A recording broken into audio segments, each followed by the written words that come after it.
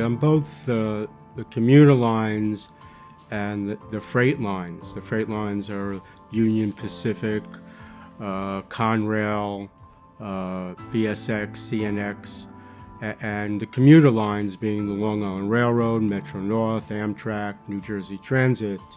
It seems, for whatever reason, all across the country, the railroad industry's philosophy for preventive maintenance is, if it breaks, we fix it. But they don't prevent the rail from breaking. They don't prevent the switch from failing.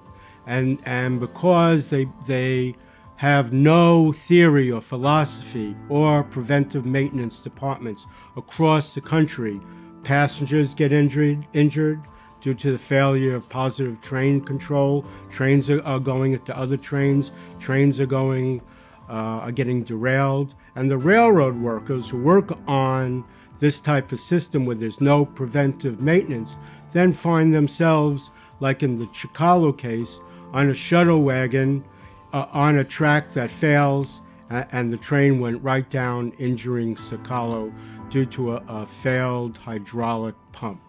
If the railroad industry had any strong philosophy for preventive maintenance, you wouldn't see these accidents happening all across the country to commuters as well as railroad workers. It's as simple as that.